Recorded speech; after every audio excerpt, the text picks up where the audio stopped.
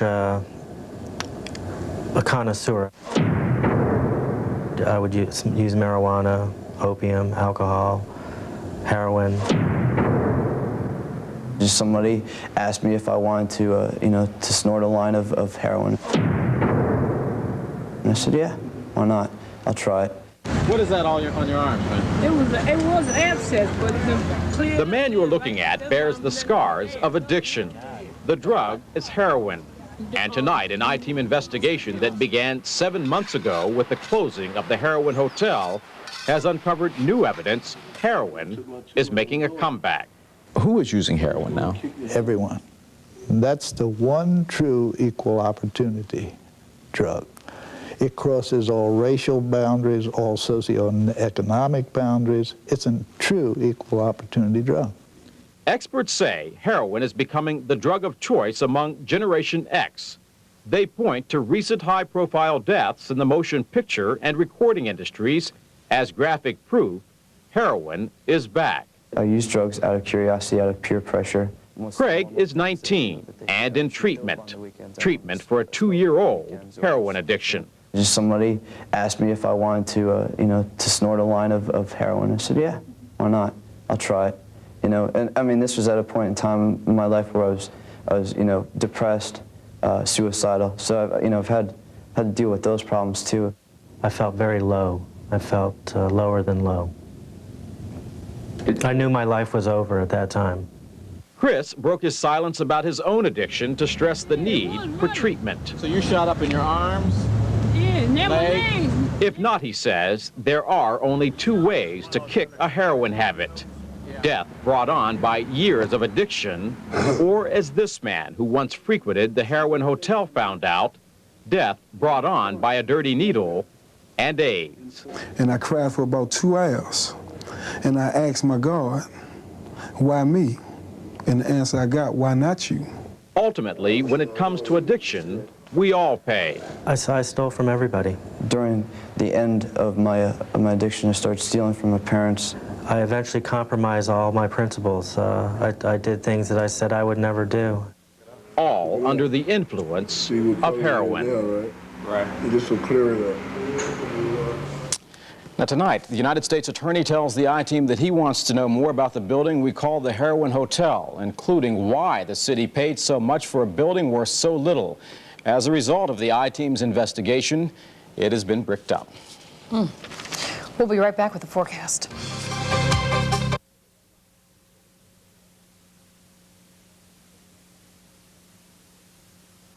What a sweet choice. D.C. police tonight are investigating more shootings, one involving a man found on a busy Northwest street corner suffering multiple gunshot wounds. Police discovered the bloody scene at the corner of 14th and Quincy Streets Northwest about 7 o'clock this evening. The victim had been shot 3 times, twice in the stomach, once in the buttocks. He was transported to MedStar in critical condition. There he underwent surgery. Police say they currently have no suspect in custody in connection with that shooting. And there was a bizarre twist to last night's shooting in front of a gas station at Sherman Avenue and Harvard Streets Northwest. 2 men were inside the white car, handcuffed to each other when they were shot. Killed was 22-year-old Marshallak Ellis of Warder Street Northwest. Police are not releasing the name of the man handcuffed to Ellis, but he was wounded in that attack. Authorities say another person inside the car, perhaps the gunman, fled the scene. Police say that they think the motive for the shooting was either kidnapping or robbery.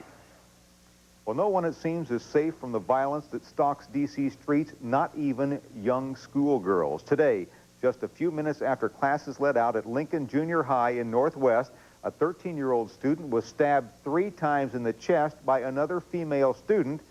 The 2 reportedly had been arguing. Doctors at Children's Hospital say Kiana Broadnox is now out of surgery at this hour. She is in critical condition. Police say they've arrested a 15-year-old girl and charged her with assault with intent to kill.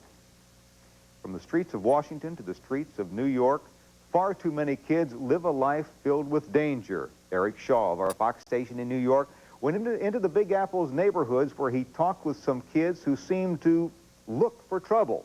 He brings us the story of the kids who sell crack and take the risks. What type of spot is this? Crack spot. What do they do? What do the guys do? Well, they be standing in the corner and they be selling crack.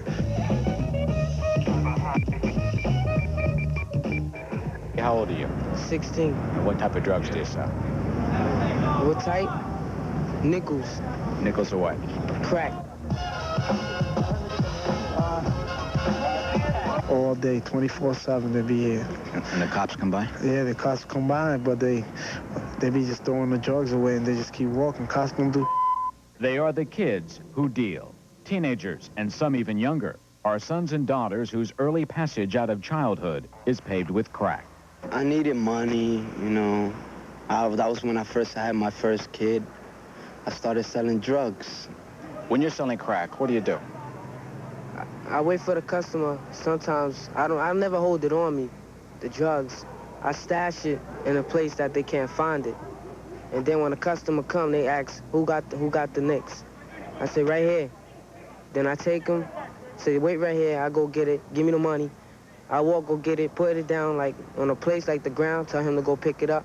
He go pick it up, and he go by his way. How can you do it that way? Because it's an easier way, because I don't like to go hand to hand. Why not? Because that's an easy bus. Let's move. Clear up the sidewalk. The possibility of arrest is constant.